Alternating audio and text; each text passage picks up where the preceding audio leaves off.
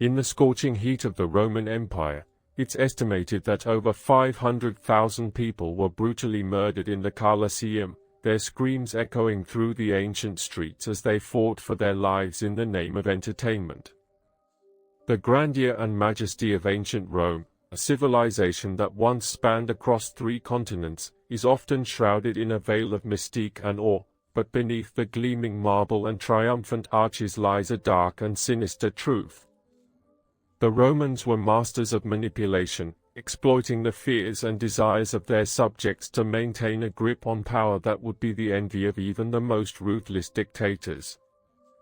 They achieved this through a complex web of social hierarchy, with the elite classes holding absolute power over the masses, and the slightest whisper of dissent being met with brutal force.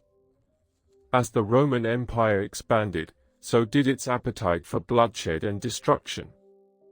The Roman legions, feared across the known world for their discipline and ferocity, left a trail of devastation in their wake, slaughtering entire cities and selling their inhabitants into slavery.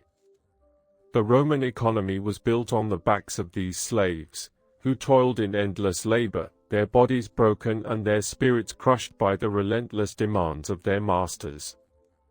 The Roman elite, meanwhile, indulged in lives of decadent luxury, their feasts and orgies legendary for their excess and debauchery.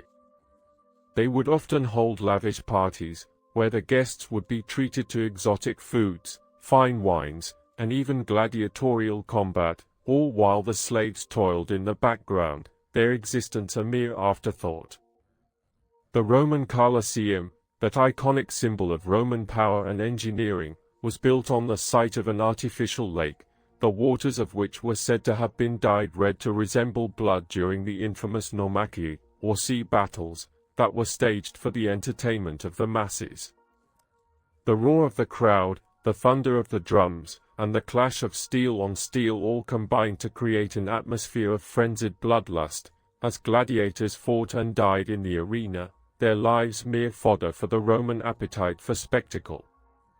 But the Colosseum was not the only venue for such brutality, as the Romans also held games and spectacles in other arenas and stadiums throughout the empire, each one a testament to the Roman obsession with violence and bloodshed. The Roman emperor, nominally the embodiment of the state, was in reality a tyrant, answerable to no one and accountable for nothing. His word was law, his whims the subject of fervent speculation and terrified obedience. The emperor's power was absolute, and his rule was marked by a series of brutal purges and executions, as he sought to eliminate any potential threats to his authority.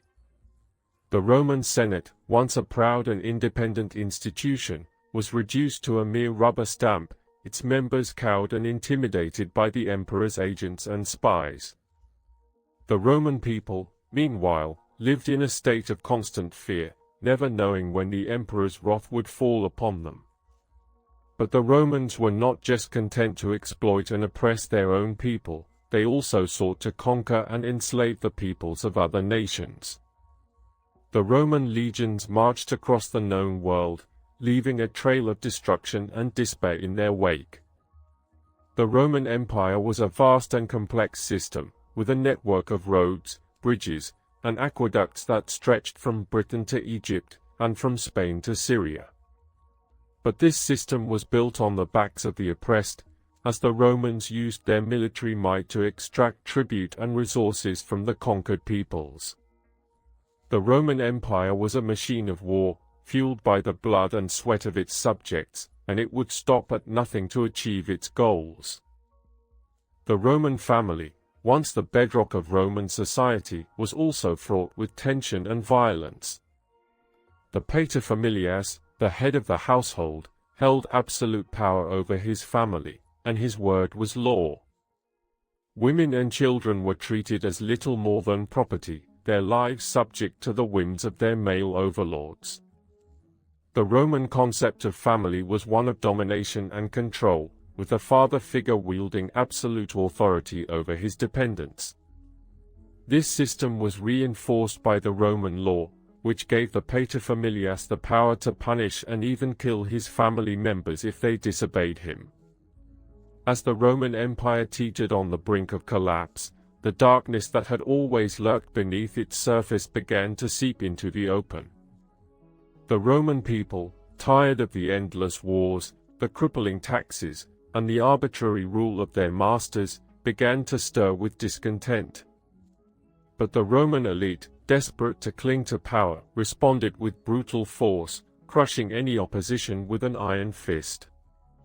The Roman Empire was a system of oppression, a machine of war and exploitation that had been built on the backs of the enslaved and the oppressed. And as it finally collapsed, its legacy would be one of bloodshed, destruction, and despair. The Roman legacy can still be felt today, a haunting reminder of the darkness that lurks at the heart of human nature. The echoes of the Colosseum, the roar of the crowd, and the clash of steel on steel still resonate through the ages, a grim testament to the enduring power of Roman brutality and spectacle. And as we gaze upon the ruins of the Roman Empire, we are forced to confront the darkness that lies within ourselves, a darkness that can only be held at bay by the fragile constraints of civilization. The darkness that was ancient Rome is a warning, a reminder of the dangers of unchecked power, of the brutality that can be unleashed when human beings are given free rein to indulge their basest desires. It is a haunting conclusion, one that should give us pause, and remind us of the importance of protecting our humanity, lest we fall prey to the same darkness that consumed the Roman Empire.